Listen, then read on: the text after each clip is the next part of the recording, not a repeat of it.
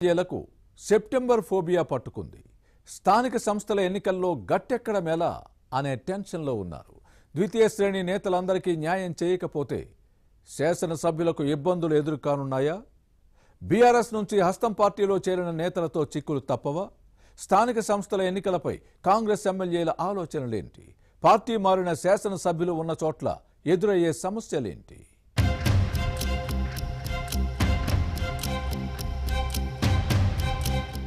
తెలంగాణలో ఎక్కడ చూసినా స్థానిక సంస్థల ఎన్నికల హడావిడి కనిపిస్తోంది. ఇన్నాళ్లు ఏ లొల్లి లేకుండా నియోజకవర్గాల్లో పర్యటించి స్థానిక నేతల జేజేలు అందుకున్న కాంగ్రెస్ ఎమ్మెల్యేలకు ఎలక్షన్ టెన్షన్ మొదలైంది.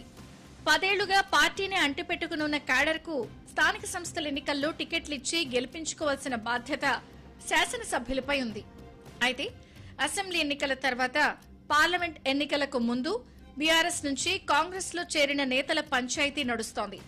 ఇన్నాళ్లు జెండా మోసిన తమను కాదని అవినీతికి పాల్పడి అడ్డగోలుగా తమ మీద కేసులు పెట్టించిన కారు పార్టీ నేతలను ఎలా చేర్చుకున్నారని అప్పట్లోనే కొన్ని నియోజకవర్గాల్లో ఆగ్రహావేశాలు వ్యక్తమయ్యాయి. అయితే కాంగ్రెస్ నేతలకు తప్పకుండా న్యాయం చేస్తామన్న హామీతో వారి కోపాన్ని తగ్గించే ప్రయత్నం చేశారు ఎమ్మెల్యేలు.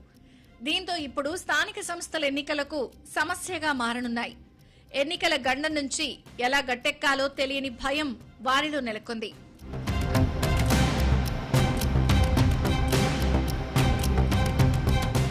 అసెంబ్లీ ఎన్నికల్లో ఓటమి, పార్లమెంట్ ఎలక్షన్స్ లో డకౌట్ తో బీఆర్ఎస్ నుంచి కాంగ్రెస్ లో చేరిన నేతలకు స్థానిక సంస్థల ఎన్నికల్లో అవకాశం కల్పిస్తామని కొందరు ఎమ్మెల్యేలు హామీ ఇచ్చారు.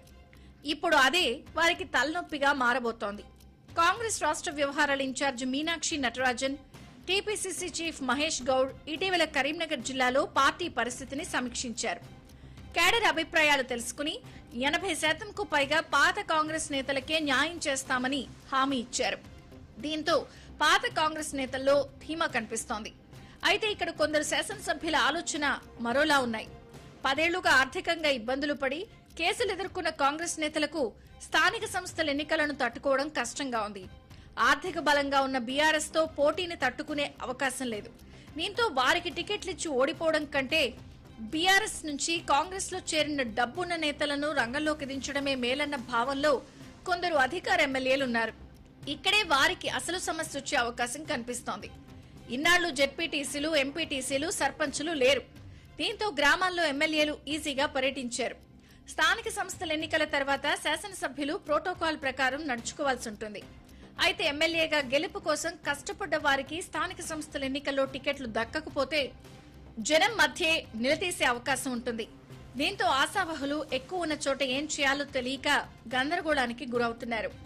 ఒకరికిస్తే మరో 3 లేదా 4 మొండి చేయి చూపించాల్సి ఉంటుంది. వారంతా గత బీఆర్ఎస్ మాదిరిగా తమపైన కూడా ఎక్కడ కక్ష పెట్టుకుంటారో, భవిష్యత్తులో ఎలాంటి ఇబ్బందులు తెస్తారో అన్న టెన్షన్లో శాసనసభ్యులున్నారు.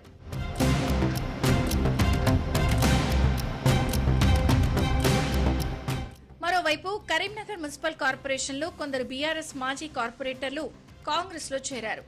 వారి చేరికను పాత కాంగ్రెస్ నేతలు వ్యతిరేకించారు.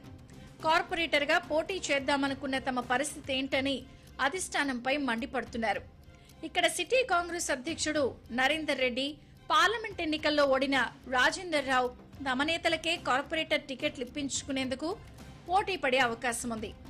ముందు నుంచి సిటీ కాంగ్రెస్ బలోపేతం కోసం తన వెంట ఉన్న వారి సీట్ల కోసం నరేందర్ రెడ్డి లాబీయింగ్ చేస్తున్నారు. ఈయన్ను కాదని కొత్త వారికి టికెట్లిస్తే మాత్రం పాత కాంగ్రెస్ నుంచి ఇబ్బందులు తప్పకపోవచ్చు. ఇక జగిత్యాల బీఆర్ఎస్ నుంచి ఎమ్మెల్యే సంజయ్ కుమార్ కాంగ్రెస్ లో చేరడంతో ఇక్కడ కొత్త చిక్కులు వస్తున్నాయి. ఇప్పటికీ ఒరిజినల్ కాంగ్రెస్, డూప్లికేట్ కాంగ్రెస్ అంటూ మాజీ ఎమ్మెల్సీ జీవన్ రెడ్డి, శాసనసభ్యుడు సంజయ్ అనుచరుల మధ్య వార్ నడుస్తోంది. స్థానిక సంస్థల ఎన్నికల్లో టికెట్లన్నీ తన వర్గానికే దక్కేలా జీవన్ రెడ్డి ఇప్పటికే పార్టీపై ఒత్తిడి తెస్తున్నారు. సంజయ్ కుమార్ కూడా తనతో పార్టీలోకి వచ్చిన వారికి న్యాయం చేయాలని డిమాండ్ చేస్తున్నారు.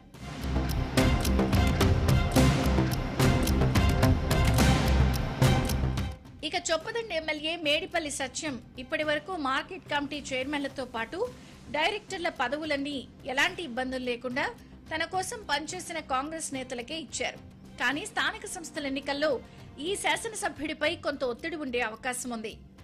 మానుకొండూరు మండలంలోని ఇటీవల కొందరు నేతలు కాంగ్రెస్ తీర్థం పుచ్చుకున్నారు. అక్కడ కూడా కొంత గందరగోళం నెలకొనే అవకాశం ఉంది. ఇలా స్థానిక సంస్థల ఎన్నికల్లో బీఆర్ఎస్ ను ఢీకొని గెలవడం పెద్ద సవాలే. సొంత పార్టీలోని అందరికీ న్యాయం చేయలేకపోతే వ్యతిరేకత మూటగట్టుకోవాల్సి వస్తుందో అన్న భయం నెలకొంది. అయితే అధికారంలో ఉన్నామన్న ధీమాతో ఎవరికైనా అన్యాయం జరిగినా వేరే విధంగా న్యాయం చేస్తామన్న భరోసా ఇచ్చి బుజ్జగించే అవకాశమూ ఉంది. ప్రభుత్వానికి ఇంకా 3 ఏళ్లకు పైగా గడువుంది. ఎమ్మెల్యేలను ఎదిరించి నిలదొక్కునే పరిస్థితి క్యాడర్కు లేదు. అందుకే ఆ ఒక్క ధైర్యమే స్థానిక సంస్థల ఎన్నికల వేళ శాసనసభ్యులను ధీమాగా ఉంచుతోంది. ఎమ్మెల్యేలు ఈ సమస్యలను ఎలా అధిగమిస్తారో చూడాలి మరి.